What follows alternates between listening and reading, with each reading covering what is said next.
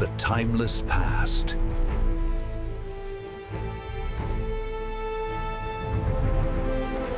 The sands that hide secrets. The Arabian Desert stretches endlessly, a sea of rolling dunes shimmering beneath the unforgiving sun. It is one of the harshest places on earth, hostile, scorching, and seemingly barren. But for thousands of years, whispers have floated across these sands. Whispers of something hidden, something ancient, something that once thrived here long before the desert became the desert we know today. It is here, beneath these shifting dunes, that a mystery has lingered for centuries. The story of a lost city swallowed whole by the desert. Some call it Iram of the Pillars, others simply the Atlantis of the sands. To the Bedouin tribes, it was a city of wealth and power, cursed by God and buried overnight as punishment for arrogance. To historians, it's a puzzle of ruins, half-buried walls, and fragments of memory. To adventurers, it is the ultimate prize, proof that legends are more than just stories. And to me, well, I'll be honest, when I first heard about it, I thought it sounded like one of those Indiana Jones-type myths. A desert city swallowed by sand? Sounds like something out of a movie, right? But the deeper I went, the more I realized this wasn't just a tale. This was a thread that led into something much, much bigger. The desert isn't empty. Here's something most people don't know. The desert wasn't always a desert. Thousands of years ago, much of the Arabian Peninsula was greener, wetter, alive. Lakes dotted the land, rivers carved through valleys. People lived here, traded here, built communities. Then, climates shifted, water disappeared, kingdoms collapsed. Civilizations that had thrived here for centuries vanished into the dust. But instead of leaving behind grand monuments like the Egyptians or the Mesopotamians, many of their remains were swallowed by the shifting sands. And this is where the legend comes in. A city, immense, powerful, wealthy, so proud and arrogant that it angered the heavens. One day, a storm rose, a sandstorm unlike any other. It raged for days, maybe weeks, until the city was buried so deeply that it was lost to human memory. Bedouin tribes would tell these stories around fires at night, towers that reached the sky, markets overflowing with riches, and a sudden divine punishment that erased it from existence. The story was always the same. The desert took it, and no one has seen it since. But here's the twist. Satellite images, archaeological digs, and ancient texts suggest there may be truth to the myth, and that's where things get really wild. The hook that got me. The first time I came across this story was through a researcher who casually mentioned, "Did you know they might have found a city in the middle of the Arabian Desert that matches a story from the Qur'an?" Now, I'm not a historian. I'm not an archaeologist. But I love mysteries, and I love asking questions. So when I heard about this, I thought, wait, hold on. A real city that was lost for thousands of years, buried by sand, and it's tied to one of the oldest religious texts in the world. That was enough to pull me down the rabbit hole. And the deeper I went, the stranger it became. Because this isn't just one of those local legend-type stories. This is a tale that shows up across multiple cultures, multiple time periods. The Greeks, the Arabs, the Bedouins, they all talk about some version of this city. And what's crazier is that in the late 20th century, scientists with access to NASA satellites may have actually stumbled on evidence of its existence. So what is this place? Was it real? Was it a city cursed by God, a natural disaster, or something else entirely? And if it was real, what else might still be out there, buried under the sands, waiting to be uncovered? The sands don't forget. You see, deserts are strange. They look empty, like there's nothing there, but the sands are deceptive. They preserve, they hide, they shift constantly, uncovering and recovering ruins like a giant restless tide. Think about it.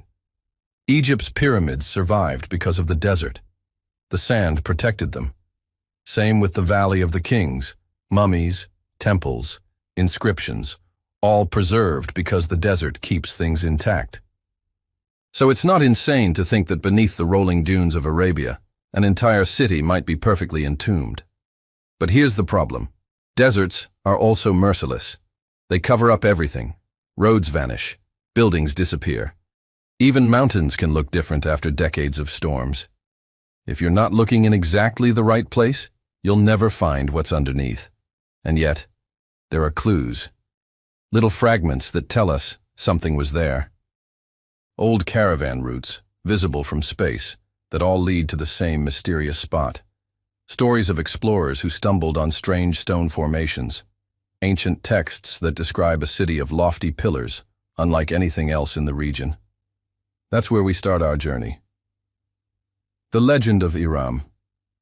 The most famous name given to this city is Iram, sometimes called Iram of the Pillars. The name comes from the Qur'an, which describes it as a city built by the ancient people of Ad, a tribe known for their arrogance and wealth.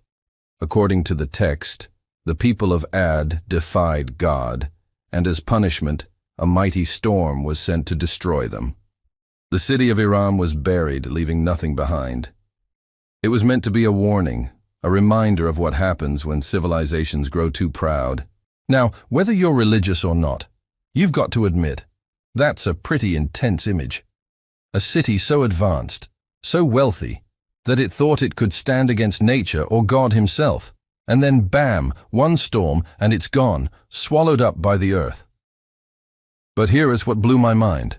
Archaeologists and explorers in the last 100 years have found ruins that match this description. Carved pillars, fragments of collapsed towers, stone blocks beneath the dunes. It's not just a story, there might be something there. A mystery waiting. As I sat down researching all of this, I realized we were looking at one of those perfect storms of history, ancient legend, archaeological clues, modern technology, and a desert that still hides more than it reveals. This isn't just about one city. It's about the possibility that entire civilizations have been forgotten, that history isn't this neat linear timeline we're taught in school. It's messy. It's broken. There are gaps, massive gaps, that stories like this might help fill. So here's where our journey begins. Over the next chapters, we're going to dig deeper into the old manuscripts, the Bedouin tales, the satellite images, and the archaeological digs. We'll look at the evidence, the speculation, and the conspiracies. And along the way, we'll ask some uncomfortable questions. What if Iram really existed? What if it wasn't the only one? And what does it mean if civilizations far older than we thought were thriving, and then wiped out, leaving barely a trace? Because here's the thing, the sands may bury, but they don't erase. They wait. And maybe, just maybe, they've been waiting for us to uncover the truth. Whispers from ancient texts. If you want to understand how a story survives thousands of years, you have to look at what people wrote down, and just as importantly, what they chose to leave out. Legends like the lost city in the Arabian Desert don't stick around this long by accident. They linger because they resonate, because somewhere, at some point, somebody saw or heard something real enough to keep the story alive. And when it comes to the mysterious city buried under the sands, we're not just talking about a single book or a single culture. This legend shows up in multiple places, across centuries, written in languages that had nothing to do with each other. The Qur'an and the city of Iram. The most famous reference comes from the Qur'an, Islam's holy text, written in the 7th century CE. In several passages, it talks about a place called Iram Dat al-Imad, literally Iram of the Pillars. Here's the picture it paints, a city built by the people of Ad, a tribe described as wealthy, powerful, and arrogant. These weren't just desert wanderers, they were builders. They constructed great pillars, monuments so massive they became a symbol of their strength. But with wealth comes pride, and with pride comes arrogance. The story goes that the people of Ad turned away from God, mocking warnings sent by prophets. In response, God unleashed a devastating punishment, a furious windstorm that lasted 7 nights and 8 days, erasing them from the earth. The city of Iram vanished. The people of Ad were no more. All that remained was a cautionary tale. Now, depending on how you look at it, this could be allegory. Maybe it's a spiritual lesson, a metaphor for the dangers of hubris. But there's another way to read it. As a memory. An ancient record of a city that really did exist, destroyed by a disaster so intense that it lived on in human memory for millennia. Echoes in Greek and Roman writings. But here's where it gets interesting. The story doesn't only appear in Islamic texts. If we rewind even further, we find Greek and Roman writers talking about wealthy, advanced civilizations in Arabia, hidden deep within the desert.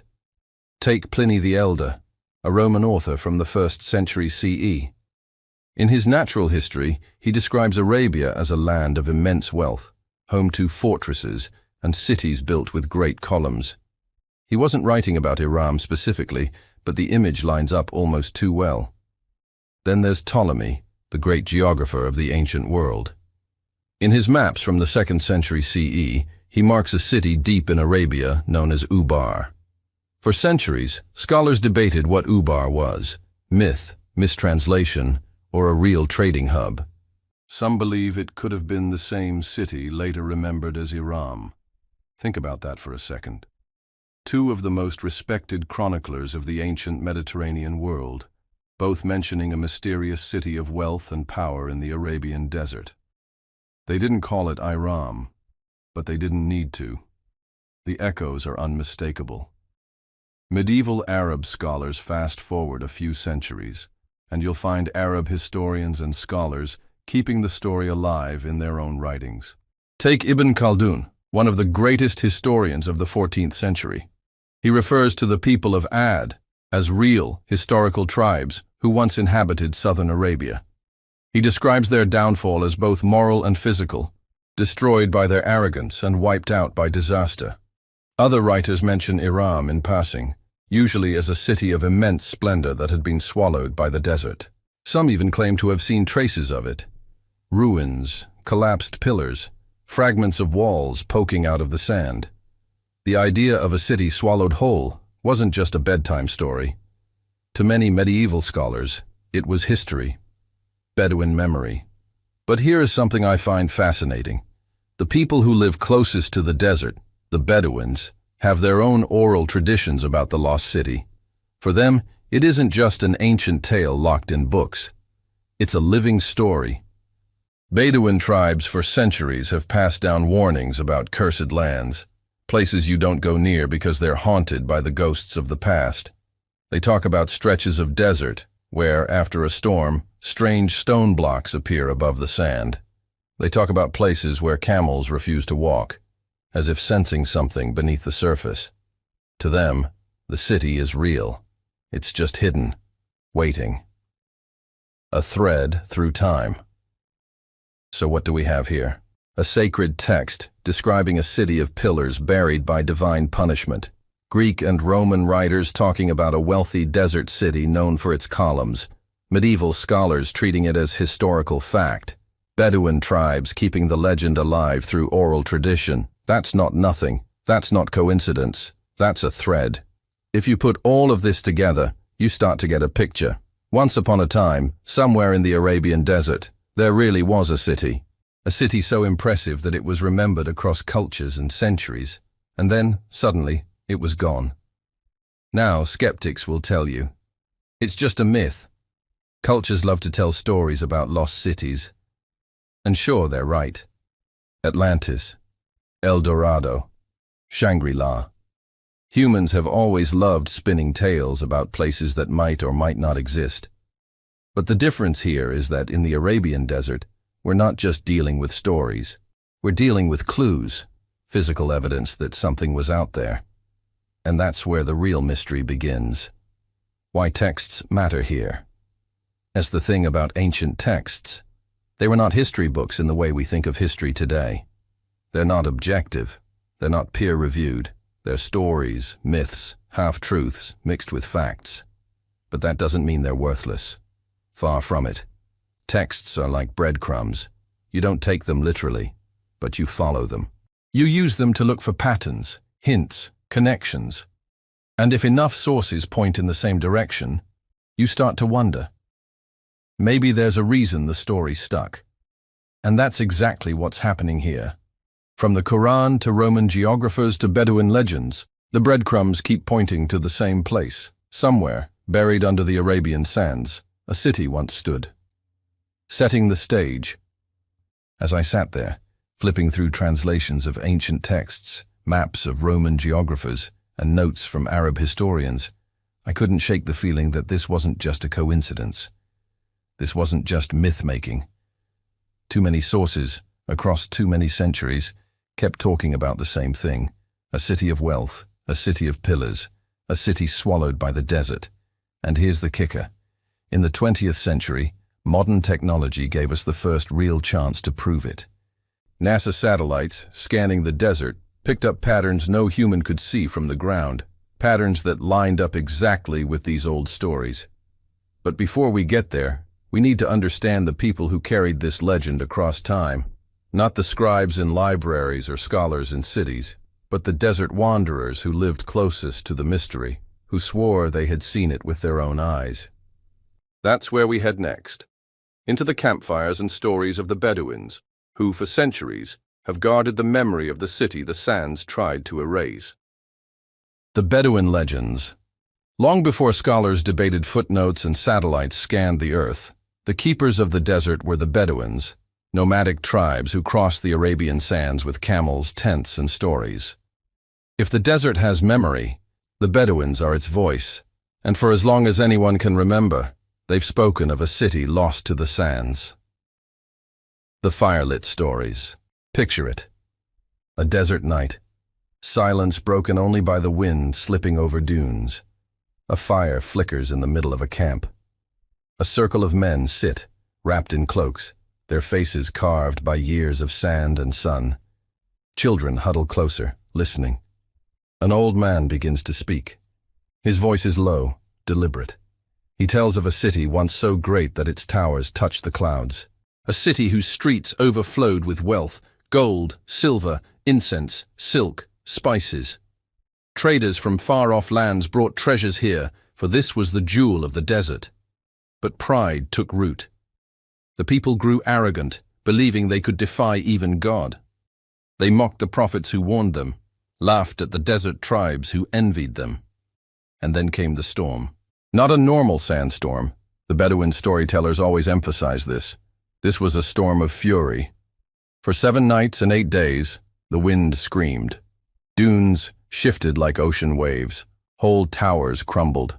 When the sun returned, the city was gone. Buried. The desert had claimed it. Places you don't go.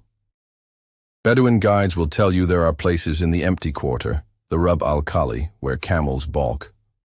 The animals refuse to step forward, even when beaten. The air feels heavy, unnatural. Sometimes, after a strong storm, strange shapes emerge from the sand, blocks of stone, carved pillars, broken walls. And then, just as quickly, they vanish again.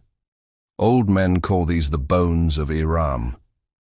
Some tribes refuse to camp anywhere near these areas, saying the land is cursed. They believe anyone who digs too deep risks awakening the punishment that buried the city in the first place. The story of the Merchant One. Bedouin legend, recorded by explorers in the 19th century, tells of a merchant who once wandered into a storm while crossing the desert.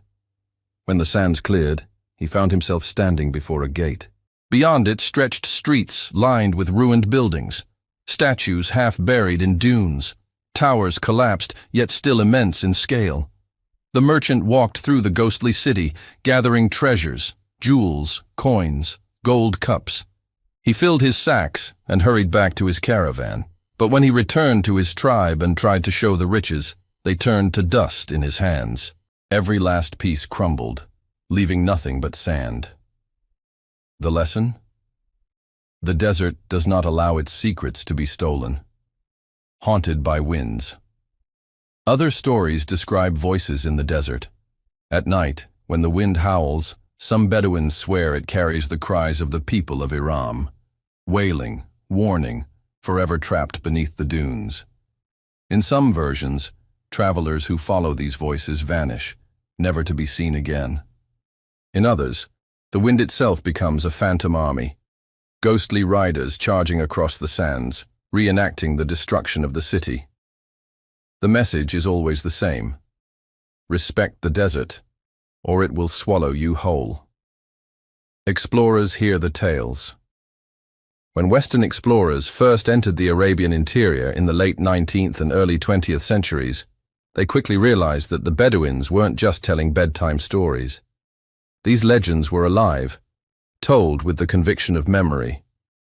Bertram Thomas, one of the earliest Europeans to cross the Rub al-Khali, heard repeated references to a lost city called Ubar. The Bedouins described it as a cursed place, swallowed by the sands. When he pressed for details, they pointed toward the southern desert, toward a place that, interestingly, lines up with where later satellite images would reveal ancient caravan routes. More than myth?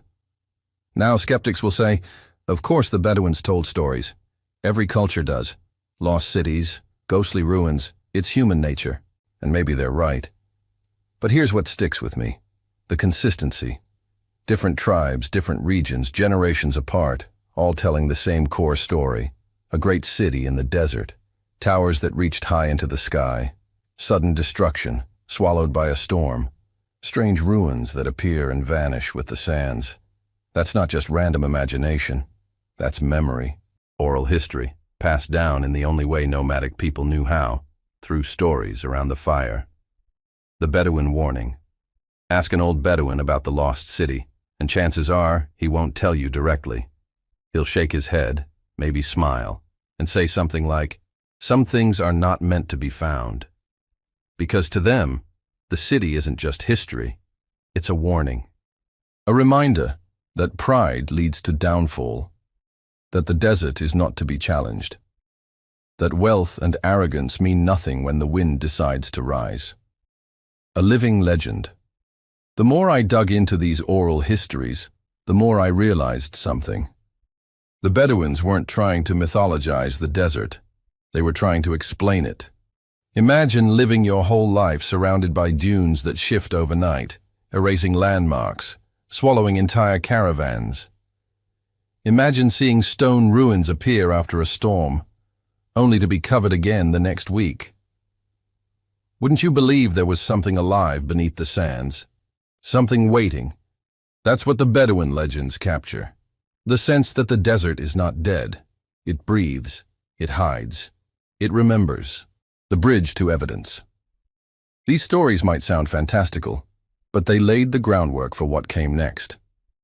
When Western explorers heard them, they didn't just dismiss them. They mapped them. They marked down where the Bedouins pointed, where the cursed land supposedly lay. And decades later, when technology finally gave us the tools to see beneath the dunes, those maps and those stories suddenly lined up with something real. But before satellites and NASA, there were brave, some might say foolish men who tried to find the city the hard way. Men who rode into the desert with little more than camels, water skins, and a hunch. Some never came back. And those who did brought back tales as haunting as the Bedouin legends themselves. The 1930s discovery attempt. By the early 20th century, Arabia was still, to much of the outside world, a blank spot on the map. The Rub al-Khali, the empty quarter, wasn't just remote, it was terrifying. A stretch of desert the size of Texas, nearly impossible to cross, filled with dunes hundreds of feet high. Temperatures soared above 120 degrees. Sandstorms could strip the skin from your face.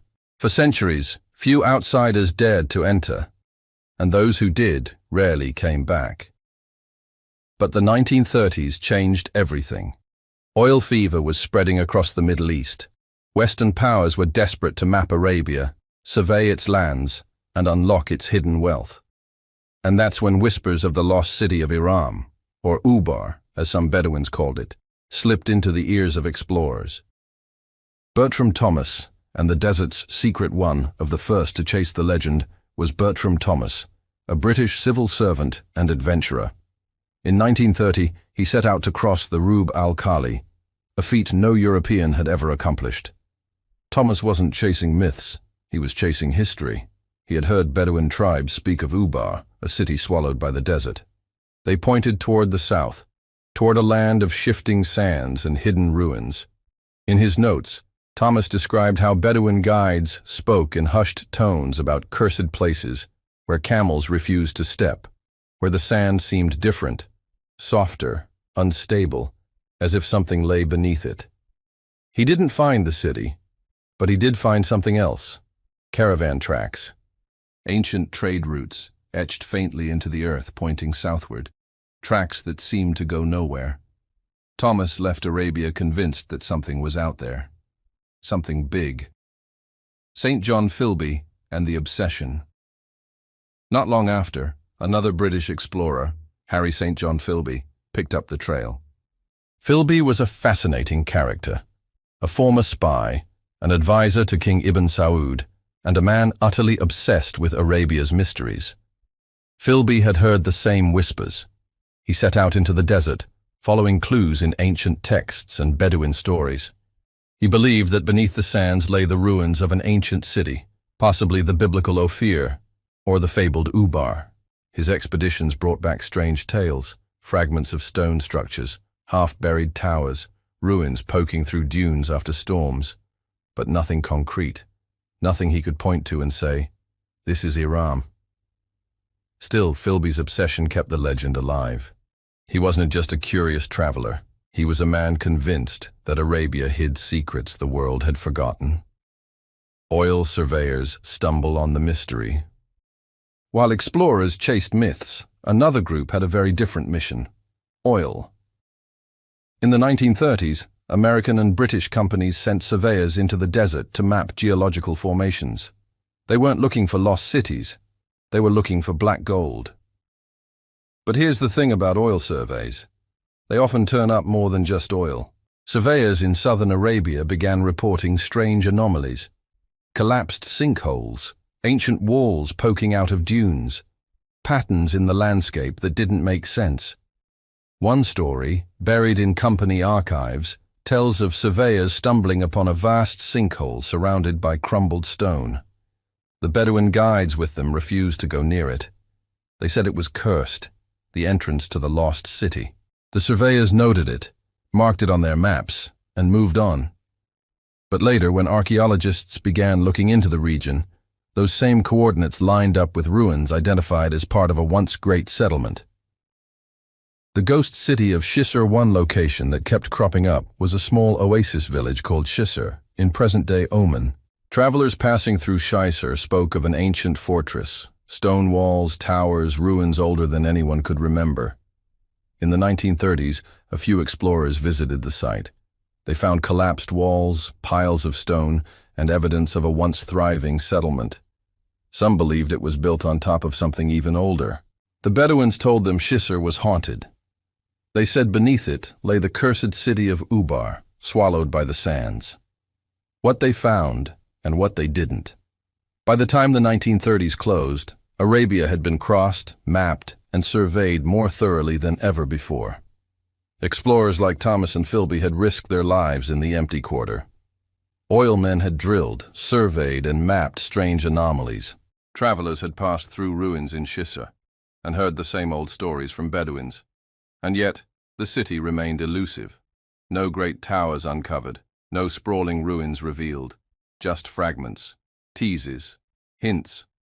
It was as if the desert was mocking them, giving them just enough to keep the legend alive, but never enough to prove it. Legend waiting for technology. By mid-century, interest waned. The world had bigger things to worry about: war, politics, oil deals. The legend of Iram slipped back into obscurity, a curiosity for historians and a ghost story for Bedouins. But the desert doesn't forget. And in the 1980s, something happened that would change everything.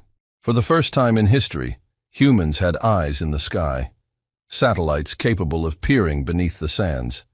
And what those satellites saw lined up perfectly with the whispers of the Bedouins, the writings of the ancients, and the obsessions of explorers.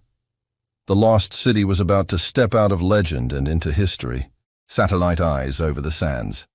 For centuries, the story of a city buried in the Arabian Desert lived in the gray zone between myth and history. Explorers like Bertram Thomas and St. John Philby had tried to pin it down. Oil surveyors had stumbled across strange ruins, and Bedouins had whispered warnings around their campfires. But there was always the same problem: the desert itself. The Rub al-Khali, the empty quarter, isn't just massive, it's alive.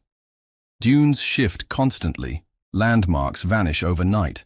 A ruin visible today could be buried under 50 feet of sand tomorrow. Even the most determined explorer could miss it by a mile and never know. And that's why it took something new, something humanity had never had before, to crack the mystery. It took satellites. The space age turns its eyes to Earth. By the 1980s, the space race had given us incredible tools. Satellites weren't just for spying on enemies or guiding missiles. They could look down at the Earth with a precision no human eye could match. NASA, experimenting with new imaging technology, began using radar and infrared sensors to scan the planet's surface. These systems didn't just take pretty pictures, they could see through things. Radar penetrated clouds and sand, revealing hidden shapes. Infrared picked up temperature differences that betrayed what lay beneath. One of the projects, meant to study ancient trade routes, turned its gaze on the Arabian Peninsula. And that's when things got really weird. The tracks beneath the sand. On the satellite images, researchers began noticing faint lines, paths invisible from the ground, but clear from above. They weren't random. They crisscrossed the desert, converging like veins toward a single point. These were ancient caravan routes, tracks left by thousands of camels carrying frankincense, gold, spices, and silk across Arabia. Routes that had been buried for centuries, but still scarred the earth enough to be seen from space. And here's the kicker. All of them pointed to the same location. A single spot in the southern desert. A place the Bedouins had long warned was cursed. A place explorers had whispered about for decades. A place called Shisr, the moment of discovery.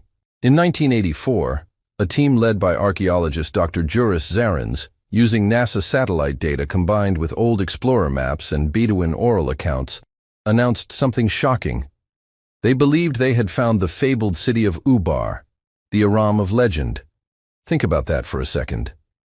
A city mentioned in the Qur'an, rumored by Bedouins, mapped by Ptolemy, obsessed over by explorers, now suddenly pinpointed by satellites orbiting 500 miles above Earth.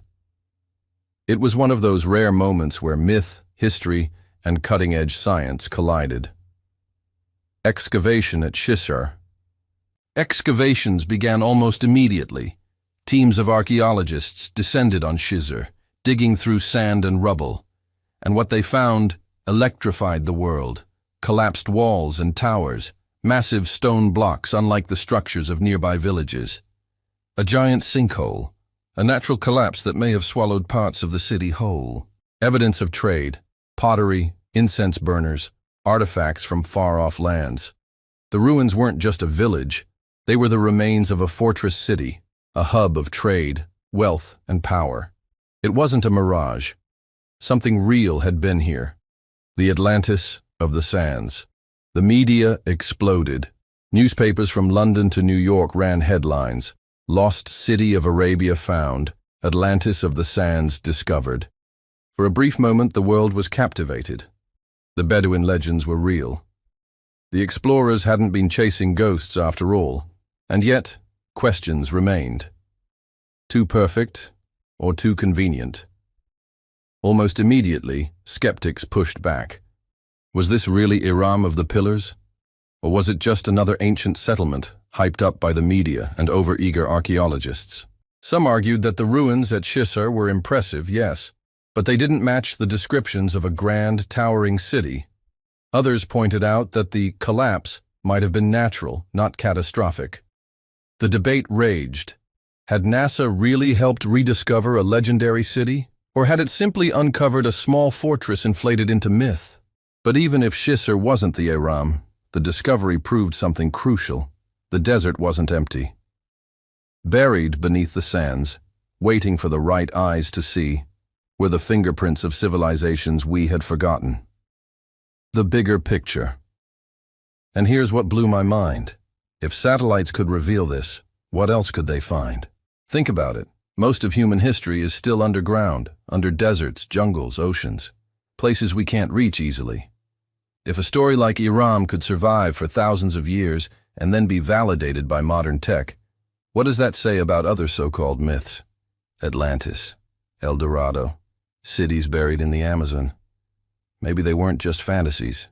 Maybe they were memories, distorted, exaggerated, but rooted in something real. The legend reborn.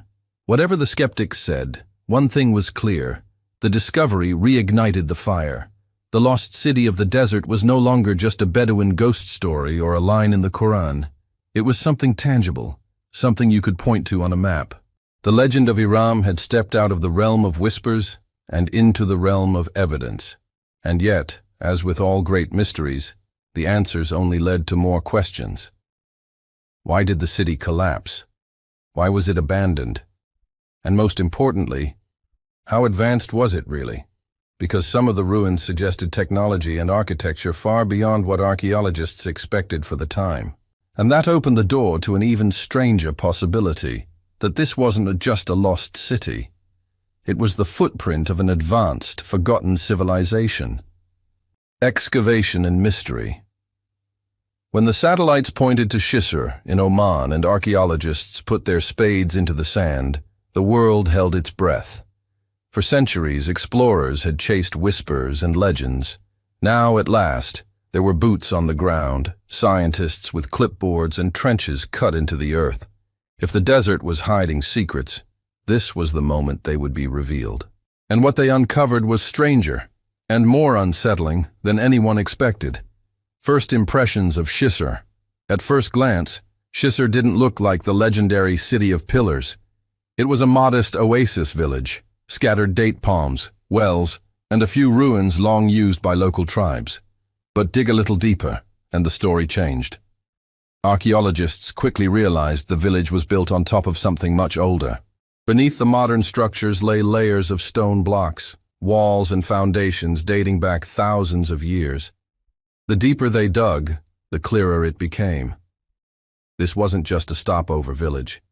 This had once been a fortress, and maybe, just maybe, the last surviving footprint of a much larger city buried around it.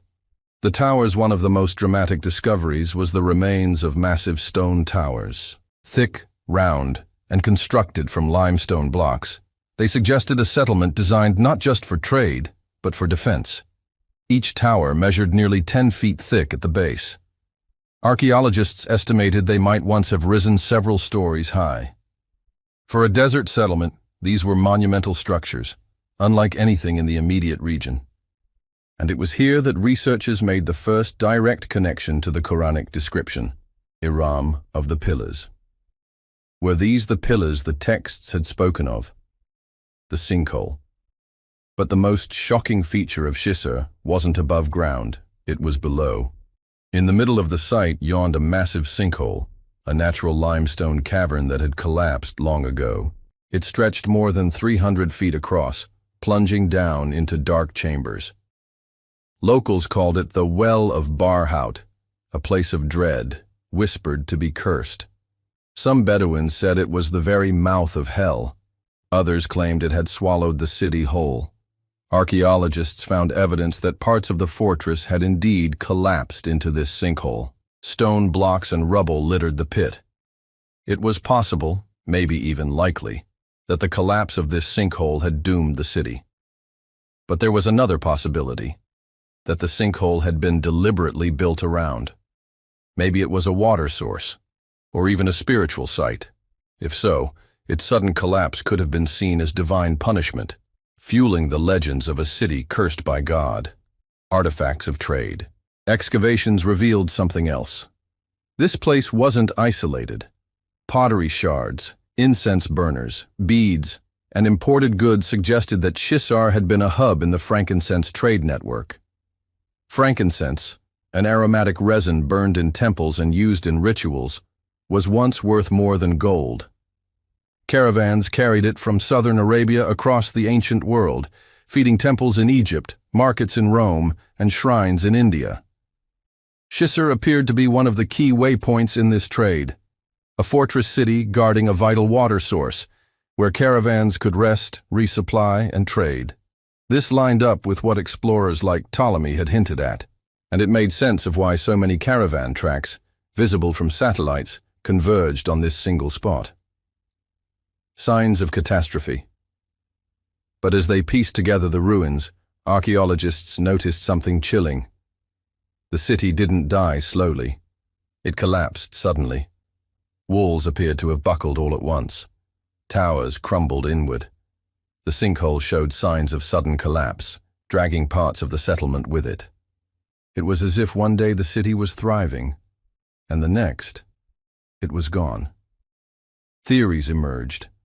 Some said an earthquake triggered the collapse. Others blamed overuse of the water system, causing the limestone beneath to weaken and cave in. And of course, many pointed to the old stories. A furious storm, divine wrath, the punishment of a proud people. The mystery deepens. The excavations raised as many questions as they answered. If Shisar was Ubar, why wasn't it bigger? Where were the sprawling streets, the palaces, the markets the legends described? Had most of the city collapsed into the sinkhole, leaving only the fortress behind? Or had the fortress been just the outer gate, the tip of something far larger buried nearby? Some archaeologists argued that Ubar wasn't a single city at all, but a network of settlements, fortified caravan stops spread across the desert, each part of the same trade system. In that case, Shisar was just one piece of the puzzle. Others insisted that Shisar was Iram, the very city mentioned in the Qur'an, smaller in scale than myth made it, but real nonetheless. And then there were those who whispered of stranger possibilities, that the true Iram still lay hidden, deeper in the desert, untouched, waiting. Science meets legend. Here's where it gets fascinating. Archaeologists dug up stones and artifacts. They measured walls and catalogued pottery. But the Bedouins who watched the excavations weren't convinced. To them, the scientists were missing the point. The ruins weren't just stones, they were cursed stones. The sinkhole wasn't just geology, it was punishment. The desert wasn't just sand, it was alive, hiding what it didn't want found. One Bedouin elder reportedly told the archaeologists, "You can dig all you want.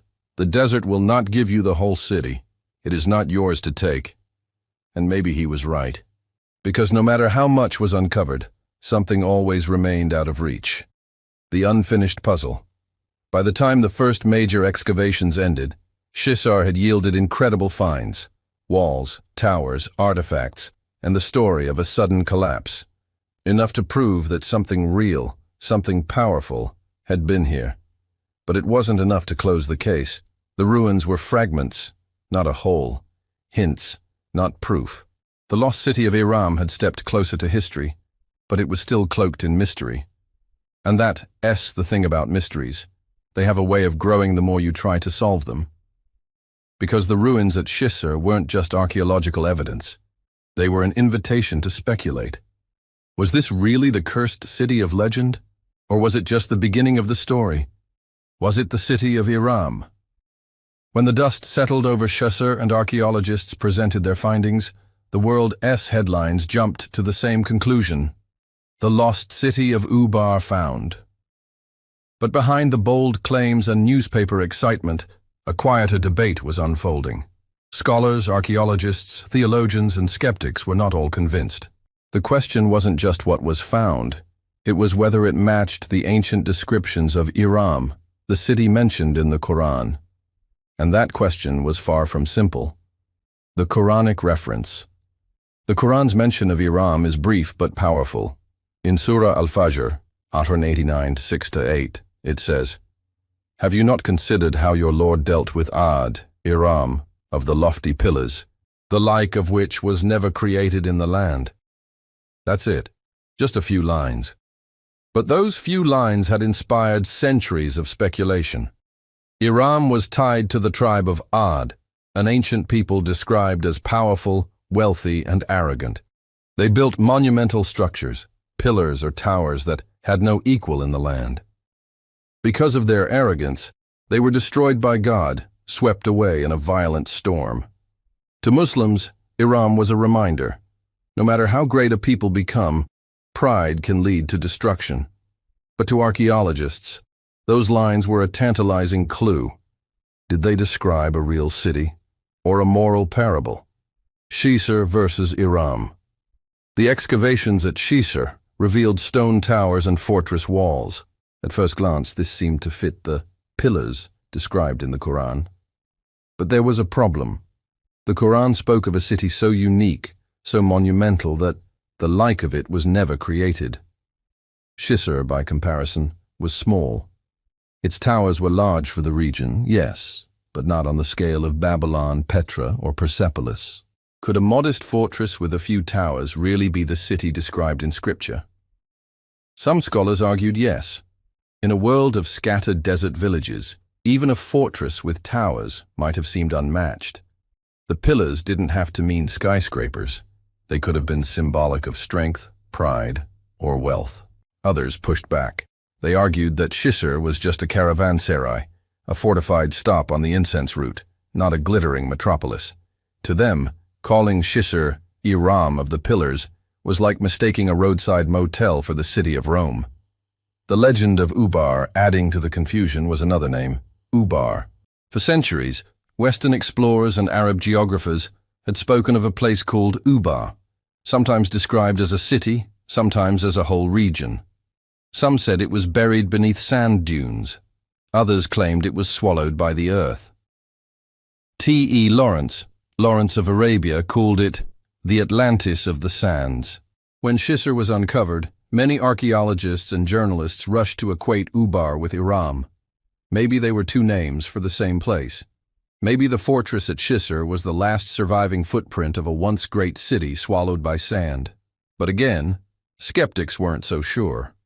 Ubar, they argued, might not have been a single city at all. It could have been a whole region, a trade hub stretching across settlements. If that was the case, then Shisar wasn't Iram. It was just one outpost in a much larger network. Religious interpretations. The debate wasn't just academic. It carried spiritual weight. For some Muslims, the identification of Shisar with Iram was exciting, proof that the Qur'an and mention of the city was grounded in history, evidence that the tribe of Ad really existed and their city really was destroyed. For others, it was unnecessary. Iram didn't need archaeological evidence to be real. The Qur'an's word was enough. In fact, some scholars warned against trying to force a scientific proof onto a spiritual text. Doing so, they argued, risked misinterpretation. This tension between faith and archaeology gave the debate an extra edge. Alternative theories. Then there were the outliers, the ones who took the story of Iram and stretched it into more radical possibilities. The pre-flood theory. Some argued that Iram wasn't just ancient, it was prehistoric. A civilization wiped out not just by a storm, but by a cataclysm in deep antiquity. Maybe even before recorded history began. The Atlantis connection. Fringe theorists claimed Iram was another Atlantis, a lost advanced civilization, erased from history, remembered only in myths. The alien hypothesis. And of course, no ancient mystery is complete without the claim that the towering pillars were built with extraterrestrial help. These ideas weren't embraced by mainstream scholars, but they spread fast in documentaries, late-night radio shows, and conspiracy circles. For people who wanted Iram to be more than a dusty ruin, Shisar was just the first breadcrumb in a trail leading back to something far stranger. The unresolved puzzle. So, was Shisar really Iram of the Pillars? The honest answer, no one knows for sure. It fits in some ways, the towers, the sudden destruction, the link to the frankincense trade. But it falls short in others. Its small size, its lack of monumental remains, the ambiguity of the word pillars. What's undeniable is this: Shisar was important. It was wealthy. it was suddenly destroyed, and it left behind ruins that captured the imagination of the world. Maybe that's all Iram was meant to be. Not a glittering city of marble palaces, but a reminder of how fragile human greatness can be. And yet the sands keep their secrets. Because if Shisar isn't Iram, then where is it? The curse of the lost city. Every great lost city has its curse. Tutankhamun had the curse of the pharaohs. The Mayan ruins were said to be guarded by angry spirits. Even Troy had its share of ill-fated treasure hunters. So it is no surprise that when Shisar was uncovered in the Arabian Desert and whispers grew that it might be Iram of the Pillars, rumors of a curse began to swirl. Strange misfortunes in the desert. Long before archaeologists arrived with satellites and excavation gear, Bedouin tribes avoided Shisar. They called it a haunted place, a ruin that swallowed men whole. Stories were told of camel caravans that camped too close, only to be buried in sudden sinkholes. Travelers spoke of eerie sounds, moaning winds that didn't seem natural, like voices calling out from beneath the sand. Even the name Ubar carried a warning in local lore. Some said it meant faded or vanished, a reminder of what happens to the arrogant. Others claimed the word itself was cursed, that to speak it aloud while traveling the desert was to invite disaster. The 1930s expeditions, accidents and ill omens. When Bertram Thomas attempted his historic crossing of the Rub al-Khali in 1930, his Bedouin guides warned him to steer clear of certain areas. Not just because of the terrain, but because of the curse. One of his camels sank suddenly into soft sand near a collapsed ruin. The guides panicked, pulling it free just in time. To them, it wasn't just bad luck. It was a warning from God. A decade later, St. John Philby reported his own unsettling experiences. He claimed to have felt the ground shift under his feet in the middle of the desert, as if hollow chambers lay beneath. His men refused to camp there, saying the sand was alive.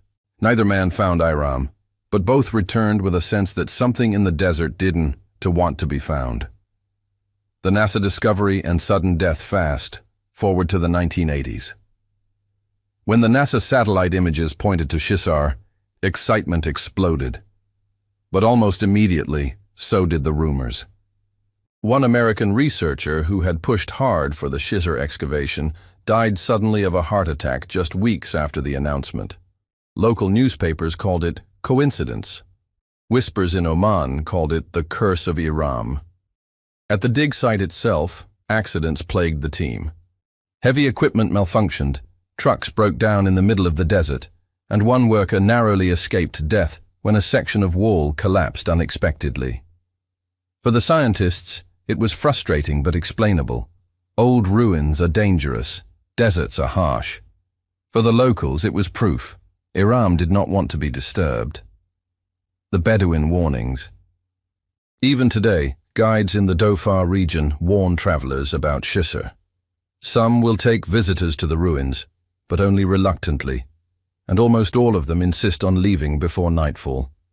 They tell stories of ghostly lights flickering above the ruins, of whispers carried on the wind, of footsteps in the sand when no one else is around. One tale, told by a local elder, speaks of a young man who went exploring alone in the ruins. He was found the next morning, alive but shaken, muttering about shadowy figures moving between the fallen pillars. He refused to ever return. The curse or the consequence?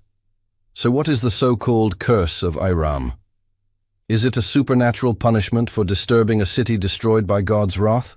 Or is it simply the harsh reality of one of the deadliest deserts on earth?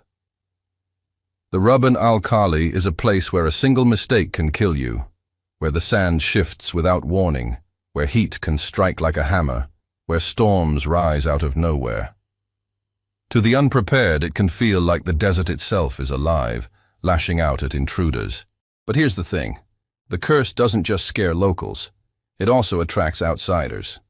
For treasure hunters, adventurers, and thrill seekers, the idea of a cursed city makes the mystery irresistible. Because if a place has a curse, it must also have a secret worth protecting. A modern echo of ancient warning. For believers, The curse isn't random at all. It's the same punishment described in the Qur'an. The people of Ad were destroyed for their arrogance, their wealth, their pride in their towering pillars. Their city was buried as a warning to future generations. And what is modern archaeology, if not another act of pride? Outsiders digging up what God buried, disturbing a lesson meant to be left in the sand. To many in the region, the accidents, deaths, and bad luck aren't coincidences. They're reminders that Iram is not just history, it's a warning. A mystery that refuses to die.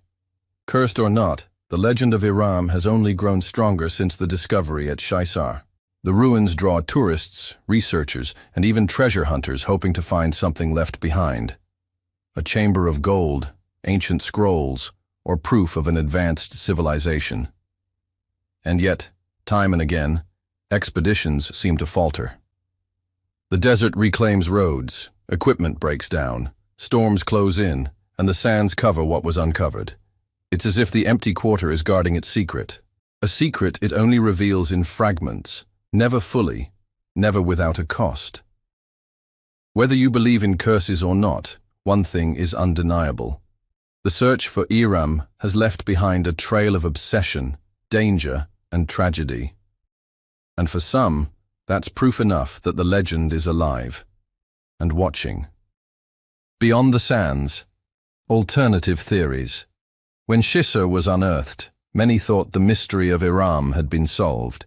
Headlines around the world declared, "The lost city found." But the truth is, not everyone was convinced.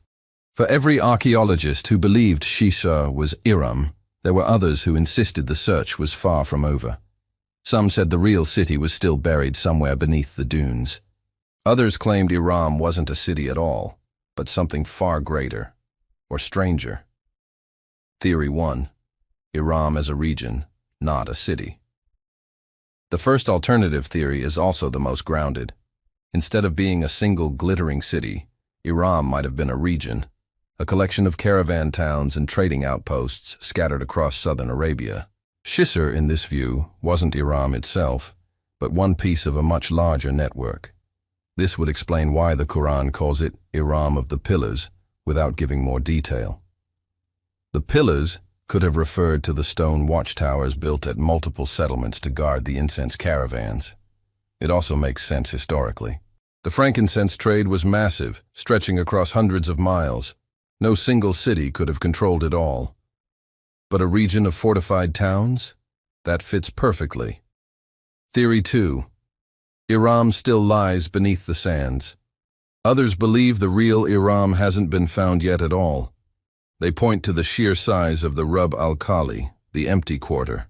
This desert is larger than France, with shifting dunes that can bury entire mountains. In such a landscape, finding one ancient city is like searching for a needle in a cosmic haystack. Satellite technology has revealed ancient riverbeds, old caravan routes, even traces of settlements buried beneath the sand. Some researchers believe that one of these still hidden sites might be the true Iram, a city far larger and more spectacular than Shaisar. And every so often, a rumor surfaces of strange ruins spotted from the air, or a Bedouin tale of stone walls glimpsed in the desert. Each story rekindles the hunt. Theory 3. Iram as a prehistoric civilization. Then there are those who take the mystery further back, far beyond the known history of Arabia. What if Iram wasn't just an Arabian city, but the remnant of a prehistoric civilization? Some theorists suggest that before the desert formed, southern Arabia was lush and fertile. Evidence shows that thousands of years ago, the empty quarter had rivers, lakes, and vegetation. People could have thrived there, perhaps even building monumental cities. If so, Iram might have been one of those lost cities, swallowed not just by sand, but by the slow death of climate change. To them, the Qur'an's account of a storm destroying the city could be a memory of a real catastrophe, a massive sandstorm, or even the sudden collapse of an underground aquifer that swallowed the city whole. Theory 4. Iram and Atlantis. The most sensational theory comes from those who link Iram to Atlantis, the legendary lost civilization described by Plato. According to this view, Iram wasn't just a local trading hub. It was part of a global network of advanced civilizations that existed before recorded history. Atlantis was destroyed by the sea, Iram by the sand. Proponents point to similarities. Both cities were said to be wealthy, powerful, and suddenly destroyed by natural forces. Both were remembered in legends as warnings about arrogance. Mainstream archaeologists dismiss this as fantasy, but in popular imagination, the idea of a global lost civilization keeps coming back. Theory 5. The metaphorical Iram. Not all theories are about archaeology. Some argue that Iram was never meant to be a literal city at all. In this view, Iram was a metaphor, a symbol of human pride and downfall, not a physical place to be discovered. The pillars might have referred not to architecture, but to the tribe's power, influence, and arrogance. To those who embrace this theory, searching for Iram in the sand is missing the point entirely. The real Iram exists in the lesson it teaches, that no matter how great a civilization becomes, it can fall. Why the mystery endures. So which theory is true? A region, a hidden city, a prehistoric civilization, Atlantis, or a metaphor? The frustrating and thrilling truth is that no one knows. The desert has revealed pieces of the puzzle. The ruins at Shisar, the caravan routes, the ancient wells. But the full picture remains out of reach. And maybe that's why the story of Iram endures. Because the moment you claim you've found it, the mystery shifts again.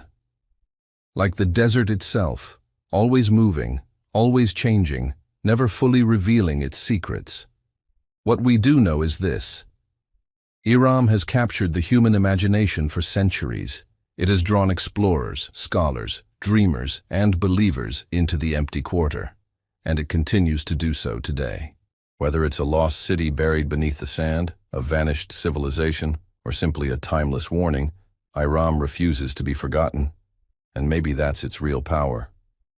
Into the empty quarter. Modern expeditions. The Rub al-Khali is not just the largest sand desert in the world. It is one of the most unforgiving places on Earth. Stretching across Saudi Arabia, Oman, the UAE, and Yemen, it covers an area the size of Texas. To stand on its dunes is to feel utterly insignificant. The sand rises in mountains hundreds of feet tall. The heat can reach 125 degrees, 51 degrees. The horizon is endless, shifting, hypnotic. Out here, a wrong turn can mean death. And yet, people still go. Not just Bedouins, who have lived on its edges for centuries, but modern explorers and scientists, driven by the same question. What secrets still lie beneath this sea of sand? The Western adventurers. In the early 2000s, a new wave of explorers set out into the empty quarter, inspired by the Shisar discovery and the continuing mystery of Iram. Some were professional adventurers, Britons, Americans, and Europeans who wanted to retrace the legendary caravan routes with GPS units and satellite phones instead of camels and compasses. Others were writers and filmmakers, eager to capture the raw scale of the desert for documentaries. For them, the desert wasn't just about archaeology, it was about survival, endurance, and the thrill of testing human limits. One expedition, led by British explorer Ranulph Fiennes, became legendary. He described the Rub al-Khali as a furnace of silence, a place where time itself seemed to stop. His team nearly ran out of water, even with modern equipment, and though they didn't find Iram, they returned with a renewed sense of its allure. The Omani expeditions. Meanwhile, Omani archaeologists continued their own searches. Using ground-penetrating radar and aerial photography, they mapped the ancient frankincense routes in greater detail than ever before. They discovered traces of old campsites, caravan watering holes, and collapsed watchtowers. To them, Iram wasn't just a mystery, it was a matter of national pride. Oman's government poured resources into preserving Shisar and developing it into a heritage site, while also funding further expeditions deeper into the sands. And yet, time and again, the desert resisted. Equipment broke down, roads vanished overnight, Sandstorms forced teams to retreat. The empty quarter seemed to guard its secrets as fiercely as ever. The thrill seekers. Not all modern expeditions are about science. Wealthy adventurers from Dubai and Riyadh began taking convoys of SUVs into the dunes, armed with satellite trackers and coolers full of supplies. For them, the desert was a playground, an extreme environment to conquer. Some of these thrill seekers sought out Shisar as a trophy stop, a place to stand among the ruins of a legend. Others pushed deeper, hoping to find the real Iram with nothing more than Google Earth maps and curiosity. And sometimes, it ended badly. Cars flipped in the dunes. Fuel ran out. Groups became lost for days before being rescued. Each mishap added another layer to the aura of danger that surrounded the hunt for Iram. High-tech hunts. In recent years, technology has opened new frontiers. LiDAR scanning, the same tech that uncovered hidden Mayan cities in Central America, is now being tested in desert archaeology. It can reveal patterns beneath the sand invisible to the human eye. Drones are being deployed to scan remote areas too dangerous for humans to reach. And satellite imaging continues to improve, providing ever sharper views of the ancient caravan trails that once crisscrossed Arabia. Some researchers believe it's only a matter of time before these tools uncover a much larger site, perhaps the true heart of Iram, still buried under dunes that no shovel has touched. The human cost. But technology can't erase the reality of the empty quarter. Even with GPS, even with trucks and radios, expeditions have been forced to turn back. The desert swallows equipment, batters explorers with sandstorms, and burns through their supplies faster than expected. One expedition in 2015 reported being pinned down for days by a Khamsin, a hot, suffocating wind that reduced visibility to near zero. "We felt like the desert didn't want us there," one member said later. "Like it was pushing us back." And that echoes the same words written by explorers a century ago. Why they keep going? So why do they keep returning? Why risk everything to chase a city that may not even exist? For some, it's the lure of discovery, the chance to find something that will rewrite history. For others, it's the thrill of survival, the desire to stand where so few humans have stood. But for most, it's something deeper. The sense that Iram represents a timeless mystery, a city that lived in legend for over 1,000 years, vanished without a trace, then reappeared in the 20th century, only to raise more questions. To chase Iram is to chase the unknown itself. The desert still watches. At night, modern explorers camp in the same dunes where Bedouin once told stories of ghosts and curses. They hear the winds howl through the sand and wonder if they were hearing echoes of the past. Because even with all the modern tools, the desert hasn't lost its voice. It whispers, it shifts, it hides. And for all our technology, it still feels like we are intruding into something ancient, something that doesn't want to be disturbed. And that's why the hunt continues. Because somewhere out there, whether in stone ruins, buried towers, or just in the human imagination, Iram still waits. The legends live on, Iram in popular culture. Iram may be buried beneath the sands, but above ground, its legend has never been more alive. From books and films to video games and conspiracy forums, the so-called Atlantis of the sands has taken on a second life, not just as an archaeological site, but as a modern myth. Iram in literature. Writers have long been fascinated by the story of a lost Arabian city. H.P. Lovecraft wove Iram into his mythos, referencing it in The Call of Cthulhu and The Nameless City. For Lovecraft, Iram wasn't just a ruin, it was a place of eldritch horror, a cursed site connected to alien gods and forgotten civilizations. This cemented Iram in the imagination of horror and fantasy fans worldwide. Travel writers of the 19th and 20th centuries often included Iram in their accounts of Arabia, blending fact and folklore. These stories painted Iram as both real and unreal, a city glimpsed in mirages, a promise of riches just out of reach. Modern novelists have picked up the thread too. Adventure thrillers often use Iram as a setting for hidden treasure, secret cults, or ancient conspiracies. In these books, Iram is less about incense and trade, and more about secrets buried in the sand that could change history. Iram on the big screen Hollywood couldn't resist the allure either. The idea of a mysterious city swallowed by the desert has appeared in countless adventure films, sometimes directly referencing Iram, other times clearly inspired by it. Indiana Jones-style stories often feature ruins in the Arabian Desert, blending archaeology with supernatural danger. In several documentaries, the 1990s discovery of Shisar was portrayed as a real-life Raiders of the Lost Ark moment. The visuals of sand, ruins, and mystery proved irresistible to filmmakers. Even blockbuster movies like The Mummy and Prince of Persia draw on echoes of the Iram myth, turning the Arabian Desert into a stage where history and fantasy collide. Though rarely named outright, Iram's spirit lives on in nearly every tale of a city lost to the sands. Iram, in video games, perhaps the most direct pop culture appearance came in the world of gaming.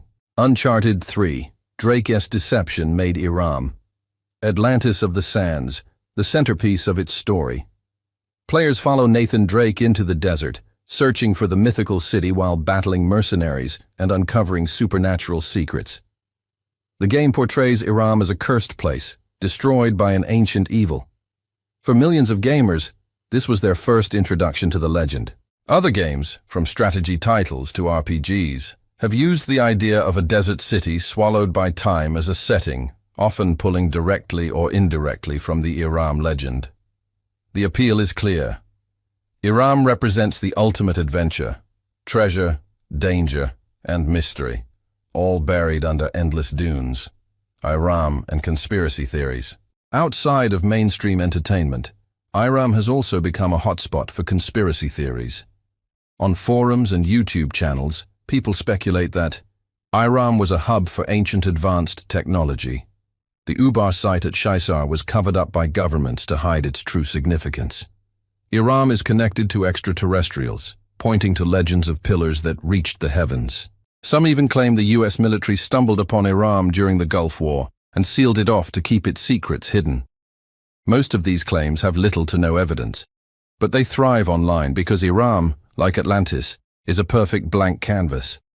Its mystery invites speculation, and the vast, inaccessible desert only adds to the intrigue. Why Iram captures the imagination. The endurance of Iram in culture says something deeper about us. We are drawn to the idea that there are still places on Earth waiting to be discovered, that not all mysteries have been solved. In a world mapped by satellites, Iram reminds us that some secrets remain hidden, some legends still whisper. It's also a timeless story of hubris and downfall, a theme that resonates across civilizations. Whether in scripture, fiction, or film, Iram serves as a mirror, a reminder that no city, no empire is immune to collapse. The myth becomes immortal today. If you search Atlantis of the Sands online, you'll find everything from serious archaeological articles to fan art, movie clips, and conspiracy videos with millions of views. Iram has become immortal, not just as a real ruin in Oman, but as a myth woven into global culture. And in a way, that may be the greatest survival of all. Because even if the true Iram is never found, it already exists everywhere. In our stories, our games, our imaginations. The Forbidden Sands, myths of curses and hidden dangers. The search for Iram is not only about history, it is also about fear. For as long as anyone has whispered the story of the Atlantis of the Sands, the tale has been shadowed by warnings, that Iram is cursed, that the desert does not want it found, and that those who seek it risk more than thirst or heat. They risk something unseen. Echoes from the Qur'an. In the Qur'an, the people of Iram are remembered as arrogant, mighty, and disobedient to God. Their punishment was swift and merciless, a raging windstorm that buried their city. But over centuries, the story deepened into a cautionary tale. To speak of Iram was to speak of divine wrath. To seek Iram, some said, was to court the same fate. God buried them, one Bedouin elder told an explorer in the 1930s. Do not dig them up again. The Bedouin warnings. Among the tribes who roamed the edges of the empty quarter, stories of strange lights, ghostly voices, and vanishing travelers became attached to the legend. Some swore they saw glowing pillars rise from the dunes at night, like the ghost of the city trying to reappear. Others said entire caravans vanished into mirages, swallowed by a desert that shifted unnaturally fast. A few told of shadows walking the dunes, figures seen from afar but gone when approached. For the Bedouin, these were not fairy tales, they were warnings. The desert was alive, and it guarded its secrets. The curse of the lost explorer's history, too, seemed to echo the curse. In the 1930s, British explorer Bertram Thomas set out into the Rub al-Khali. He barely survived, his guides insisting that evil winds had followed them. In the 1940s, Wilfred Thesiger attempted the crossing. Though he lived, his accounts describe endless mirages and a sense that the desert was watching. Later expeditions lost camels, equipment, and sometimes men. A few vanished without trace. Each failure fed the legend. Perhaps Iram was never meant to be found. Whispers of Jinn. In Arabian folklore, the desert belongs to the djinn, spirits of fire and air, capable of trickery, illusion, and harm. Many say that Iram, being a city of arrogance, was left in the custody of these beings. That is why travelers see mirages. That is why the sands shift so suddenly. That is why the desert can seem to move against you. A story passed among Bedouins tells of a traveler who dug too deep near a collapsed ruin. At night, his companions heard him speaking in a language no one understood.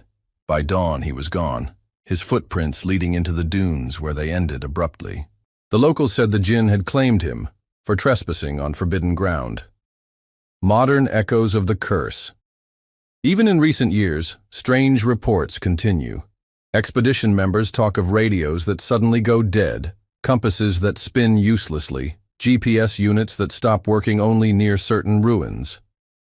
One Omani archaeologist swore that his excavation team heard chanting in the wind at Shisar. They thought it was a trick of the air.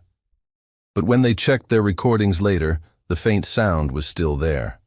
Words no one could identify. Others have told of drones crashing mysteriously, or cameras filling with static as soon as they approached key sites. Coincidence? Malfunction? Or something older, something protective? The sand itself. Perhaps the greatest curse of Iram is not supernatural at all, but natural. The Rub al-Khali is one of the deadliest places on Earth. Its dunes can shift with terrifying speed, burying landmarks and equipment overnight. Its mirages can lure travelers off course. Its silence, endless and crushing, can drive men to madness. To enter it without respect is to gamble with death. And so the legend of the curse lives on, feeding off the desert's true, undeniable power. Why the curse persists, the myth of Iram. Its curse endures for the same reason the city's legend endures. Mystery thrives where knowledge ends. When men vanish in the desert, it is easier, almost comforting, to say they were claimed by the djinn or punished for their arrogance than to accept that they simply disappeared into silence. But perhaps there is truth in both. For whether by sandstorm, thirst, or spirits, the message is the same. The desert does not yield its secrets easily. And so the curse of Iram remains, part warning, part truth, part shadow over every expedition that dares to enter the forbidden sands. Archaeology versus legend. Can science finally solve the mystery of Iram? For centuries, Iram existed only in whispers, a city buried by God, a tale meant to humble the proud. But in the last few decades, archaeologists have stepped into the story with their own tools. Radar scans, excavation trenches, satellite imagery. The question is no longer just, did Iram exist, but how much of the myth can science explain? The discovery of Shisar. The biggest breakthrough came in the early 1990s. Using satellite imagery, NASA researchers spotted what appeared to be ancient caravan trails converging on a site in Oman. This was Shisar. When excavations began, archaeologists uncovered collapsed limestone chambers, once part of a fortress or caravanserai, pottery shards and incense burners, evidence of trade, deep sinkholes, formed when underground water caves collapsed, swallowing structures whole. To some, this was Iram, found at last. A place once wealthy, swallowed by the sands, abandoned and forgotten. But others argued it was only one of many way stations on the incense route, important, but not the grand, pillar-filled city of legend. Science meets scripture. Here lies the tension. The Qur'an describes Iram as a city of lofty pillars, destroyed by a windstorm. Archaeology shows Shisar was likely a fortress, destroyed when its foundation collapsed into a sinkhole. Are these two stories actually one and the same? Or has legend exaggerated a caravan stop into a lost metropolis? Many scholars believe the pillars may have been not golden skyscrapers, but wooden supports or watchtowers that held up the fortress. Yet to believers, this feels like reducing a miracle into a mundane accident. And so the debate continues. The expanding map. Beyond Shisar, other sites across Oman, Yemen, and Saudi Arabia show traces of ancient settlements. Some archaeologists argue Iram may not have been a single city at all, but a network of trading hubs. Over time, memory of this network may have condensed into the myth of one dazzling city.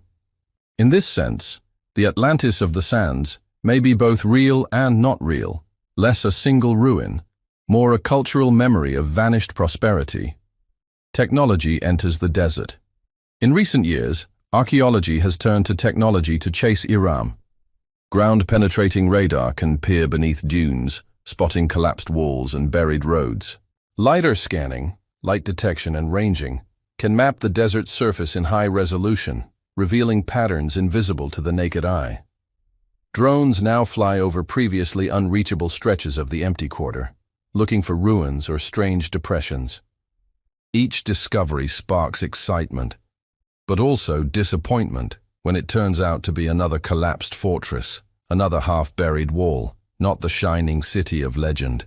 The problem of proof. Even if Shisar was Iram, proving it to the satisfaction of all is nearly impossible.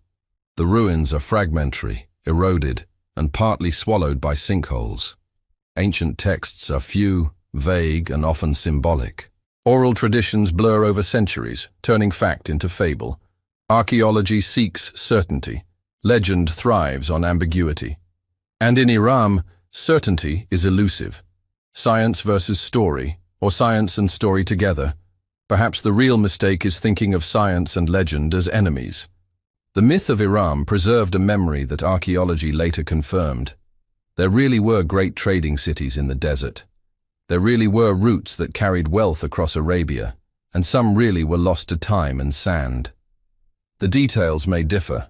Pillars of gold or simple stone towers, a divine punishment or a geological collapse. But the truth is that legend led science to Shisar. Without the myth, perhaps no one would have looked. The mystery remains. And yet, the sands keep their secrets. Every expedition uncovers pieces, never the whole. Every discovery explains some, but not all. Every answer leads to another question. Was Iram a single city or many?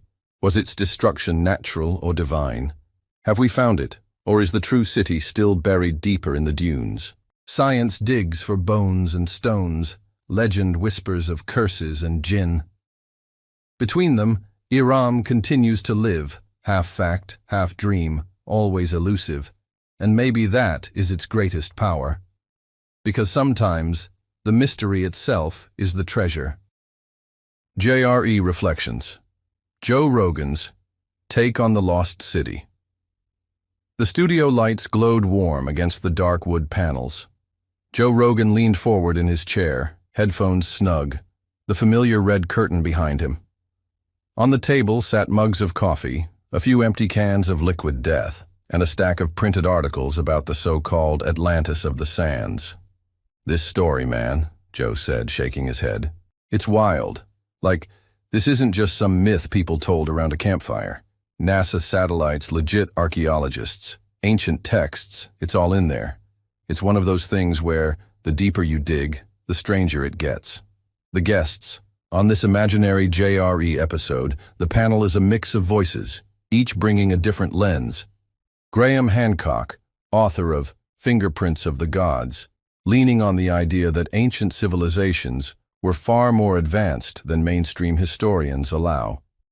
Randall Carlson, geologist and catastrophist, fascinated by the possibility that natural disasters buried entire cultures. An archaeologist, skeptical, careful, grounded in data but open to debate.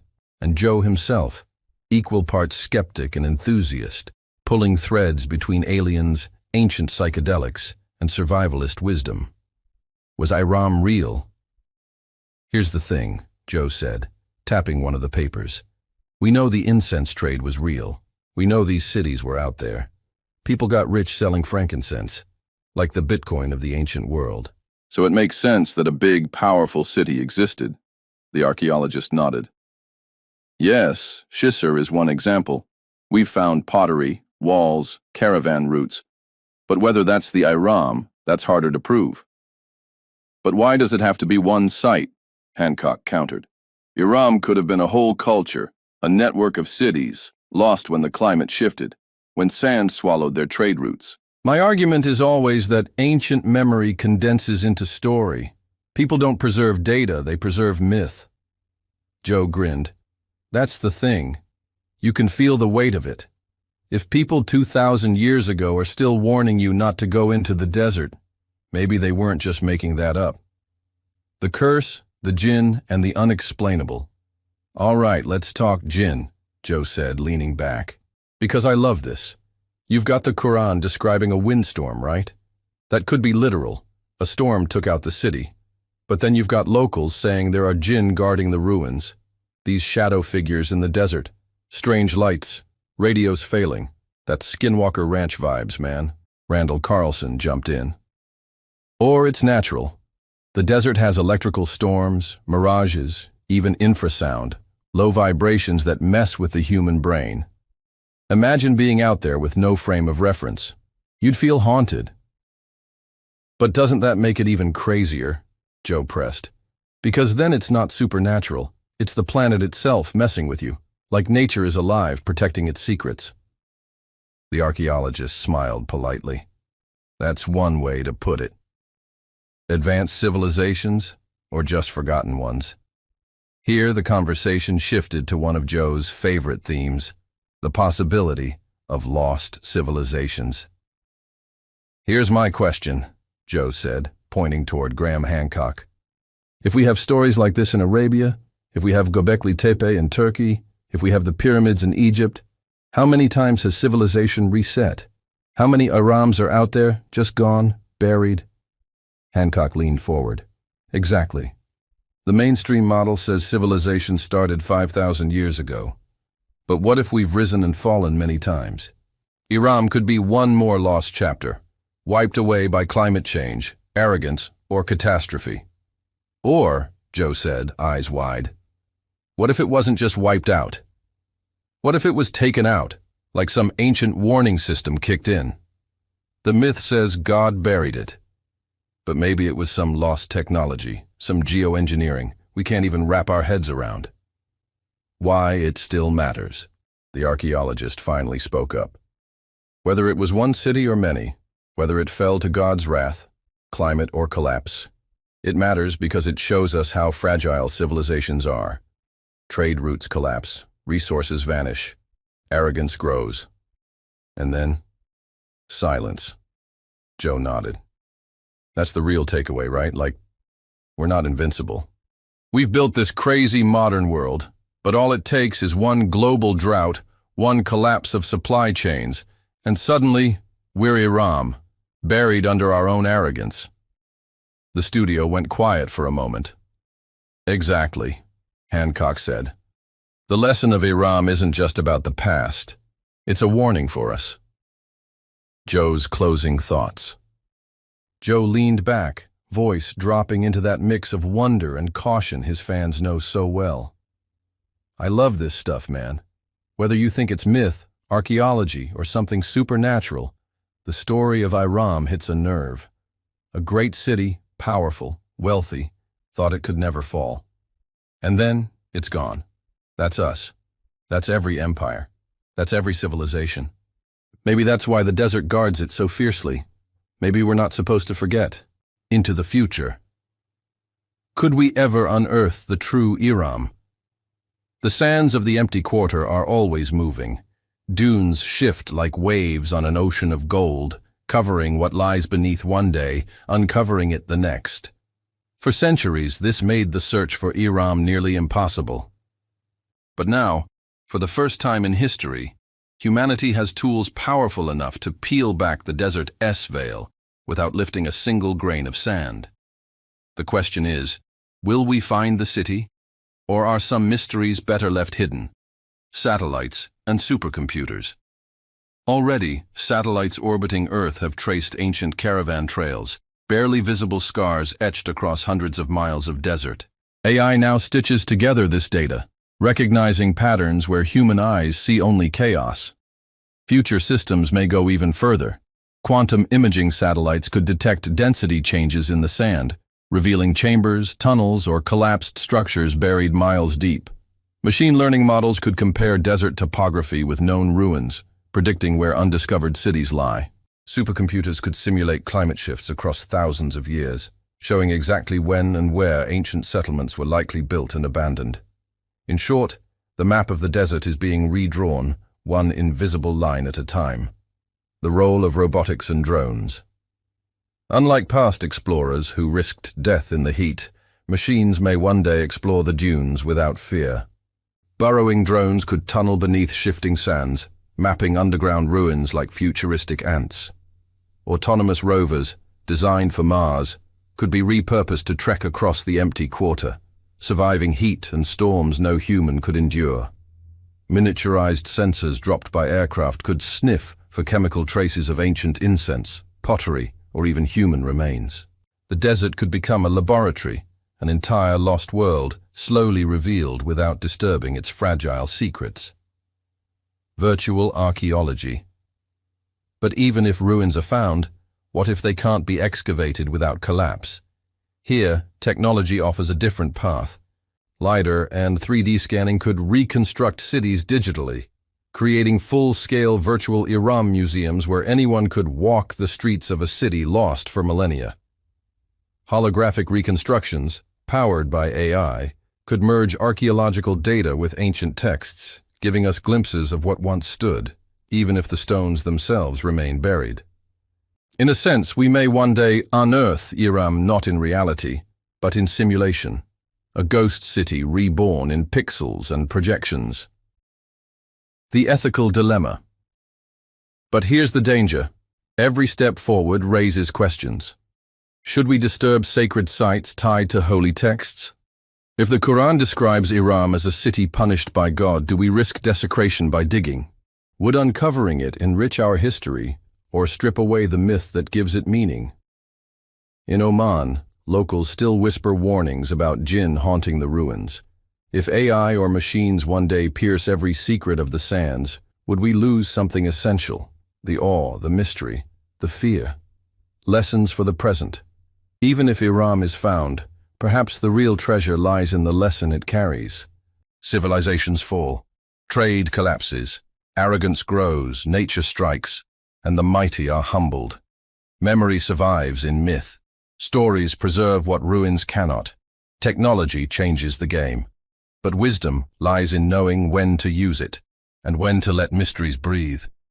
In this sense, Iram isn't just about the past or the future. It's about us. Will we ever know? Maybe one day, a satellite scan will reveal a perfect city under the dunes. Pillars still standing, roads intact, frozen in time. Maybe explorers will descend into its chambers, cameras streaming live to the world. Or maybe not. Maybe the desert will guard its secret forever, feeding us only fragments, enough to spark wonder, never enough to satisfy it. As Joe Rogan might put it, some mysteries, man, they're supposed to stay mysteries. Maybe that's what keeps us curious, keeps us humble. If we ever solved everything, what would we even dream about? The eternal allure. The story of Iram, the city of pillars, the Atlantis of the sands, may never be fully told. But perhaps that's the point, because as long as it remains half buried, half remembered, it lives. Not just in the desert, but but in every question we ask about who we were and who we are. And maybe someday, when the time is right, the sands will part, and the city will rise again.